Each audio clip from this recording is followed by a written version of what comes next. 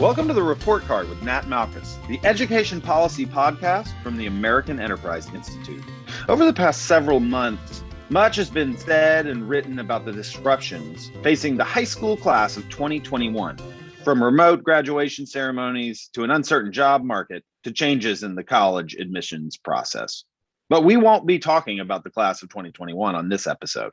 Sure, they're up against some significant short-term challenges, but who I'm most concerned about is the class of 2034. That is the students who are going to be entering kindergarten next fall. Why? Well, because many of them should have started kindergarten this year. And across the country, the enrollment in preschool and kindergarten was way down. And that could create some huge problems for students and schools for years to come. So here to talk about the recent enrollment drops and the impact they might have in schools are Jenna Conway and Anna Shapiro. Jenna Conway is Virginia's Chief School Readiness Officer and previously served as Louisiana's Assistant Superintendent for Early Childhood. Anna Shapiro is a postdoctoral research fellow at Ed Policy Works at the University of Virginia. There she researches the effects of early childhood programs on children with disabilities. And most relevant to today's episode, she's the recent co-author of a Brookings Institute report titled Understanding COVID-19 Era Enrollment Drops Among Early Grade Public School Students. Jenna, Anna, welcome to the Report Card. Thanks for having us. Thanks for having us. So there's been a ton of media attention this past year focused on the challenges of remote learning and COVID learning loss. And it seems like there hasn't been quite as much attention, or not nearly enough attention, to the sharp declines that we're seeing in enrollment around the country.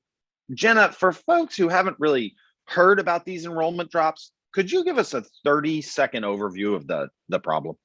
Sure. What we're seeing is the most significant drops in enrollment in early childhood, namely preschool, kindergarten, Head Start, and subsidized childcare, at numbers significantly higher than what you see in the upper grades. So in Virginia, for example, we are missing thousands of kids from our preschool classrooms, our Head Start classrooms, and our childcare programs. And Jenna, just how big a drop are we talking about? Just in terms of sizes and the percentages of kids that we would have expected to show up in a normal year, but didn't show this year in COVID. What are you seeing in Virginia? So, for example, across grades 1 through 5, elementary school grades, you see, on average, about a 5% drop. In sharp contrast, you see about a 13% drop in kindergarten and a whopping 19% drop in pre-K, meaning that sort of 2 or 3 times as many kids are dropping out of these youngest grades or these earliest grades. Anna, you and your colleague, Daphna Bassok, recently looked at changes in enrollment in Virginia in this paper for Brookings. So how has enrollment changed over this past year, according to your examinations? And which grades are you most concerned about? Yeah, so as Jenna mentioned, pre-kindergarten has seen really large drops this school year. So, about 19% drops in pre-kindergarten enrollment, which is pretty staggering, and also very large drops in kindergarten enrollment of about 13%. And so, I think we're particularly concerned about these grades because the opportunity to not enroll children this year was most available for these grades because they are not compulsory. So parents don't have to send their kids to pre-K or K. And so I think that's why we were particularly concerned about these grades going into this analysis. And Anna, you disaggregated that data by economic status, race. I'm sure you looked at it by a number of variables. So how do race and SES factor into these gaps in enrollment? Yeah, so what we see is that the pre-kindergarten enrollment has dropped most significantly for children who are considered disadvantaged, according to the state's measurement of disadvantage, which is, being eligible for free and reduced price lunch, other characteristics that would make a family considered low income. And so we see that the drop in pre-kindergarten enrollment for this group is almost a third. So 32% enrollment drops for disadvantaged kids in pre-K, which is pretty staggering. We don't see huge differences by race in pre-kindergarten, but we do see that it's maybe a little bit more pronounced for Hispanic and Black children than for white children. So between a fifth and a quarter for Black and Hispanic children, and about 17% for white children. Anna, were there any other differences across districts that showed up in differential enrollment drops? Yeah, so the one thing that we were able to look at that we were interested in was whether or not there were differences by the type of instruction offered to families. And so we looked at enrollment drops based on whether or not the division was offering in-person instruction or remote only. And what we did see is that the enrollment drops were more pronounced in districts with remote only instruction, almost double for pre-K, in fact. And so that kind of suggests to us that maybe families were choosing not to enroll in remote preschool this year at higher rates than in person. So I'm curious as to what theory of the case you think might be driving these differences, if there's one that stands out. I think it's certainly a mixed bag. And one of the advantages of being a chief school readiness officer is that I look across the portfolio, right? Private childcare, Head Start, and pre-K. And across these programs, I think for different reasons, we're seeing under enrollment. As Anna noted, it's not compulsory, which I think is important to note. On the other hand, we hear and we read about parents who are really struggling to manage taking care of small kids and working, right? It's impossible to watch a 2-year-old and also have a full-time job. Yet folks are, for fear factor, we think we're not willing to put their kids back in group care. We saw that in particular in Head Start, which is free, which offers comprehensive services, but serves our lowest income and most vulnerable families. And we had under enrollment there. Part of it is the virtual format. We saw that families are less likely to participate in virtual K or preschool, but I think the fear factor is really prominent, or has been. It's reducing now. And then we also know that some of the families that benefit from early childhood have faced the greatest stress and most challenges during the pandemic. I can see some listeners saying, well, this is just sort of redshirting, which is where, you delay a student's entry into pre-K or K for a year. How would you respond to listeners who think this might not be that big of a deal? So I think systematically, we're not prepared to hold everybody back, right? There's just no way that everybody has that equal opportunity to redo a year. And there are a variety of reasons for that, right? But I mean, everything from who would go on to higher ed if we didn't graduate? Could our system handle everybody in pre-K and K repeating their year, right? While you also have, the next birth cohort come in? It's hard to imagine. And, knowing that we're not going to kind of unilaterally hold people back, and nor would that make sense, it does mean that we leave a lot to chance in terms of, generally speaking, folks with resources have been the families who redshirt, largely because they can afford to pay for childcare, right, which costs more than in-state tuition in Virginia in for many institutions. And so I think the challenge is, unless you're going to have everybody do a redo, that you see some real disparities, and we expect some disparities as folks come back and put their child where they think they should, right, because of their age. And it just means that kind of coming into kindergarten and first grade this year, you're going to see unbelievable variation in where kids are at. Yeah, I would just add to Jenna's point about, redshirting being typically a behavior that is more common for more advantaged families, and that, there isn't actually a lot of great research that redshirting benefits children in the long term. And it's also, like Jenna said, most families that are choosing to redshirt for kindergarten are enrolling their children in early childhood education programs before they start kindergarten. So this isn't quite an analogous situation in that we're in a really unprecedented time where families may not be able to send their children to any sort of formal care this year. We shouldn't really expect that this is just, the entire nation decided to redshirt and it will be fine. I think that we're in a more complicated situation. Jenna, you talked about some of the challenges this could bring, and I want to zero in on that for a minute, especially for school systems. So I was talking to my producer, Matt Rice, about whether I could use the pig and the python analogy, and I'm going to see if I can pull it off. If a python eats a pig, right, what does the python look like? It looks skinny until you get to the pig, and then all of a sudden you've got this huge bump. So if we have one class that is down, 15 to 20%, and the next class is 15 to 20% larger. If that's the way student groups flow forward through a school system, then at some point you'll have a third grade that's a third or more larger than the second grade and the fourth grade above it. So you have this sort of pig in the python thing. And since you also said that there are groups where this decline in enrollment was larger, maybe up to a third, you could even see in some schools even larger bulges in student enrollment in a given grade moving forward. This seems to me to be a huge logistical problem for schools. So Jenna, first, if I could just ask you, is that likely to materialize where students that didn't go to pre-K and K this year would just enter a year later and have this, sort of supersized grade moving forward?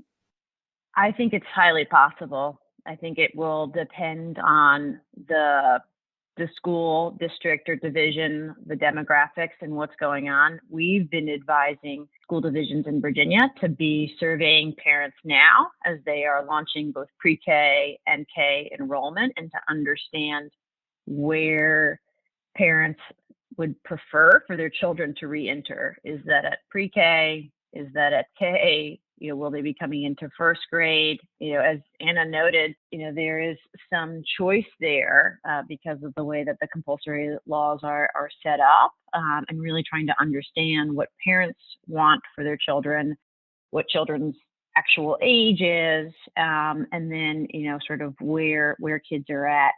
We have data in Virginia we evaluate all of the kids at the beginning and end of kindergarten, looking at literacy, math, and social skills and self-regulation.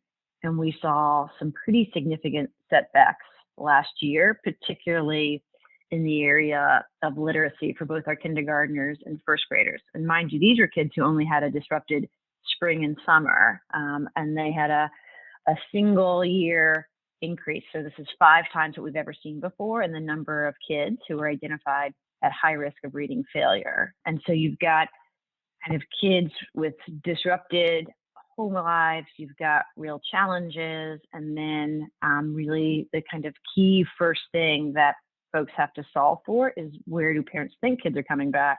And then how do you handle the distribution of kids across these early grades?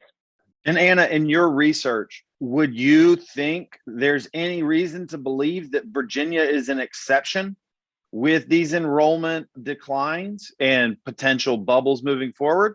Or is this going to be a nationwide phenomenon that follows the pattern of COVID?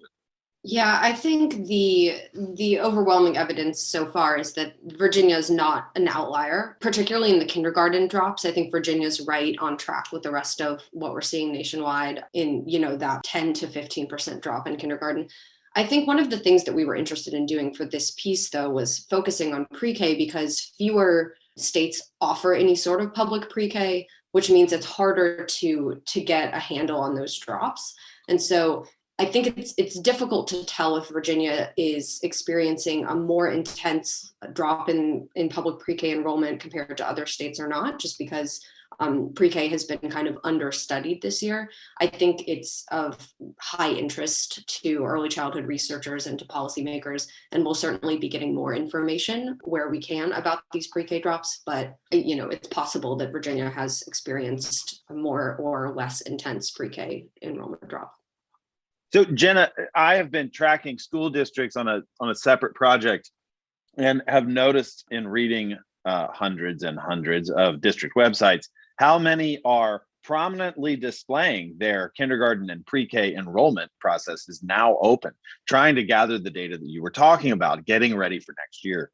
And the way that you laid out what you had seen for last year's class of kindergarten students, how they sort of had taken a hit on their preparation just from a few months being closed, suggests that, a lot of the folks that might have been able to defer a year or been able to not enroll might not have missed what they would have missed in a typical year, and that it might have made sense to hold them back for a year and start anew. But I wonder what the individual districts are going to do just starting with next year to deal with what potentially could be a major surge. I mean, there's got to be hiring problems. If you have to hire more teachers, there's got to be differences in space allocation. How much are districts, which have their hands full right now, undoubtedly, anticipating how they're going to deal with that potential surge? I think that most folks are starting enrollment now, right, which is a good step to start this in March and April. I'm seeing a lot of coordinated pre-K and K enrollment. We've gotten questions in the last week about things like transitional kindergarten or junior kindergarten. I think school divisions being willing to think differently about how to approach these early grades. I think that the two key changes on the national landscape in terms of the federal funding, the relief dollars, right, that are kind of perfect for one-time or short-term uses to hire more staff or support staff to figure out how to manage what's occurring in the early grades, as well as the CDC guidance allowing for 3 feet with masks, allows for them to make different types of plans in terms of how do you fit all of the kids and teachers. So I feel like they're in a good place on the logistics. I think the deeper challenges we don't know, both in terms of where kids are going to come back, but also where kids are at. And you're just going to see extraordinary diversity, right, in terms of what kids have experienced in the last year, the academic content, the social emotional support for all of the behaviors. And so I think our pre-K, K, and first grade, I actually think, first grade is going to be really tough next year. First grade educators are going to have their work cut out for them in terms of some kids who are going to come in right on track and other kids who have going to have been, without any form of structured play, structured instruction for the greater part of 18 months is going to create, sharp differences within classrooms, not only kind of across classrooms. That's going to be really challenging to manage. One thing I'd add to this question about, what individual divisions are going to need to do is that we were able to look at the differences in the enrollment drops for pre-kindergarten and kindergarten across the school divisions in Virginia. And we saw some pretty substantial variation in, some districts actually saw enrollment increases this year in pre-K, and other districts saw very, very large declines, and others saw slightly lower declines. So I think, the scope of the problem across the divisions in Virginia varies. And so that also adds to the complexity of this situation. Not every division is going to be facing the same enrollment questions moving forward, it seems. Yeah. The other point, and I'm not sure if you saw this, Matt, and what you've seen in terms of the schools preparing for next year. Virginia just passed a law requiring schools to make sure that they're offering 5 days a week instruction. But we also expect that many divisions will offer virtual, until there's a vaccine for children, that there might be some parent preference for virtual. Nationally, Head Start is required, a certain amount of in-person being offered, and obviously most of childcare is in person. But I think that's the other $1 million question as you prepare for next year is who's going to want to come back in person, who's going to want to come back virtually. I will say that virtual preschool and virtual kindergarten do not work as well as maybe some of the older grades, just due to the developmental age of kids, what kindergarten consists of. But if families don't feel safe sending kids back to Head Start or pre-K or K, we could see more than expected, sort of desire for virtual learning to continue.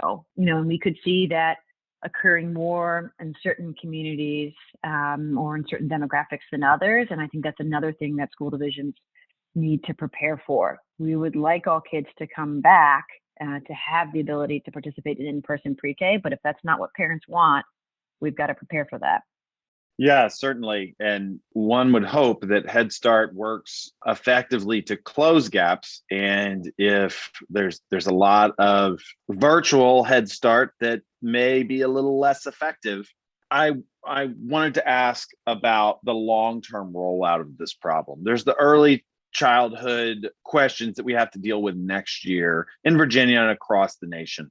And as Anna said, certainly some districts are going to feel the rub of that acutely, and others are going to have less of a problem with it. What I am thinking about and what I sort of led the show was, this is class of 2034. And if they are a super class because they have a lot more kids in them, or the class of 2035, as the case may be. If these are just a supersized class, is it likely that we could see that class just roll through public schools being 30% larger than the class before them and after them? And how big of a challenge might that be, not just next year, but for districts grappling with a large differential in a cohort over the next dozen years? I mean, Anna, let me ask you, is it plausible that enrollments could take that shape so that that's what we're looking at 10 years into the future? It's certainly plausible, but I wouldn't be surprised if there are efforts to make sure that that doesn't happen. And so that could come in many forms. Schools could choose to promote children up a grade where they wouldn't have before because they're trying to balance the class or something like that. I think that's a huge open question, and certainly not something that people are not thinking about, but the immediate concern of how to help the families and children in the next couple of years, at least from a research perspective, seems to be the predominant concern at the moment. But I wouldn't put it past schools and districts to be clever about how they manage this enrollment question in the future. And there are a lot of ways that enrollments can be balanced across years that are typical, and things like promotion and retention, but maybe will be applied in kind of creative ways in the next 10, 12 years. Yeah, the silver lining of this, Matt, is that it's going to potentially, if you've got a bulge like that, really get the system to pay attention to what's happening in those early grades. My deepest fear is that we inadvertently don't pay attention for a few years, and then 3 and 4 years from now are shocked when you have significant drops in how children are reading and making that pivot right from the colloquial learning to read to reading to learn, and at a point where that they haven't had all of the supports they needed to get to that third grade point on track for success. And so in some ways, the numbers this fall and probably next fall, right, once we've all kids have the opportunity to be vaccinated, you will get the system to pay attention to sort of where kids are being placed, what parent preferences are, and how the kids are doing. And I think that's the only hope, that we can really get these systems to pay attention to the early grades, because generally speaking, we focus on the tested, quote unquote, tested grades, right? Third grade and above. And so, maybe this enrollment crisis can get some of the focus in on these early grades. And then, folks can be thinking about what do we need to do differently to both address, crowded or under enrolled classrooms, but also what's actually going on with the kids and their learning and development. Jenna, this idea of the bulge, or the pig in the python, as I call it, is there any way that we're sort of oversimplifying this picture of how those enrollment changes are going to play out? Yes, I think we are focused right now on whether school divisions are offering in person, and that's absolutely a priority in terms of getting classrooms open. But we're paying less attention to the families who are still choosing all virtual, and whether or not those family preferences are changing and how fast they're changing. Adult vaccines have rolled out very quickly. There's talk of a more vaccinated, sort of fully vaccinated adults by this summer, but I'm not sure that we're doing all the steps necessary if we have a school year next year where you're both running in person and still running a significant amount of virtual programming. And what that means for the following year, in terms of, is the virtual as effective at supporting kids' learning and development as the in-person? A lot of the data from this year suggests that it might not be. And if you have vulnerable kids and families still choosing virtual for next year, it almost creates, 2 or 3 bulges in the system. And it's, we just have to watch the parental and family attitudes between now and September to be able to fully prepare for that. So if I can repeat back what I've heard, we would sort of like to think that, by the summer, this will all be over. And if so, then you sort of have a clean bubble in the pipeline to deal with. But that may be too much to ask for. And if this continues for another year in some form or fashion, or even two, then the complications that we're talking about could just be more complicated than a single bubble. Is that right? Yes. A year into this, I'm struck by it was a light switch off in terms of a series of automatic school closures across the country and the ripple effects on Head Start and childcare. In no state and in no place has it been a light switch back on. It's been gradual, it's been select grades, and there certainly has been families who have jumped at the opportunity to get their kids back in person and families who prefer to stay virtual, even to this day. And so I think we're mistaken if we think it's going to be a light switch on in August or September of this year, and we need to be preparing for a multi-year impact. So it sounds like this could ripple out for a number of years for some districts, but in the short term, districts are going to have their hands full, not only setting up for what will hopefully be able to be considered a post-COVID school year in large part. And Jenna, in that order, what advice would you give to school leaders and district leaders, not just in Virginia, but across the country, as they try and deal with these enrollment drops this year and perhaps take advantage of them in the years to come? Anna? Well, I'll give a kind of from the perspective of a researcher's plug, which is that I think that school districts and leaders can take this opportunity to really collect information, learn about where families were last year. When you get the families back in the building, do some real intensive data collection. What did you do last year? Where was your child enrolled? Why did you make that choice? And then, moving forward, as Jenna mentioned, this is a great opportunity to really focus on K-2 in those years before kids are starting to take standardized tests, to pay attention to kids' reading development. Are they on track? And then be creative about how to kind of balance what we expect will be wildly different COVID experiences for kids, so that we don't have kids falling behind. We don't let this year exacerbate learning gaps between groups of students, that we take this opportunity to really use the money that's being invested to, address these challenges that COVID has put onto families and teachers and school systems. Yeah, I agree with everything that Anna said. And then, I hope it gives our schools and our systems and our families an opportunity to think differently about the early years. We need to get that information first, but right now our system generally functions as a bit of a conveyor belt, right, based on birth date. And we know that each state has a different cutoff point for when you're eligible for K.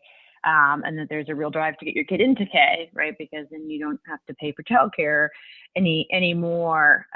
But then we put kids on a conveyor belt, and children's learning and development in this age doesn't actually function like that. And so I think as we look at, take this step back and look at what we want kids to learn and know and be able to do over this period, and we sort of think differently on how we structure classrooms, how we assign educators, how we promote and support learning and development. I don't want this to be a binary retention promotion kind of conversation, right? Because that comes with stigma, and we know that doesn't work. But I think if school divisions could use these resources, if we can provide flexibility, we being the state education agencies, that there's a real opportunity for innovation that gets kids to third grade on level, but maybe does it in ways that we wouldn't traditionally have thought were possible.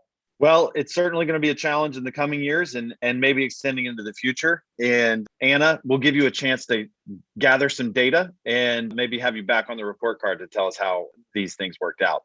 Anna, Jenna, thanks for coming on the report card. Thank you so much. Thank you for having us.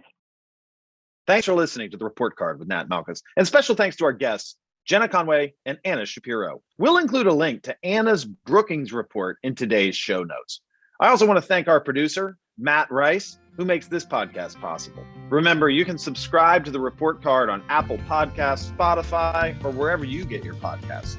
And when you're there, please take a minute to leave us a review. It helps other people find the show. Send us your comments, questions, or topic suggestions to ed.podcast@aei.org. That's it for this episode. I'm Nat Malkus.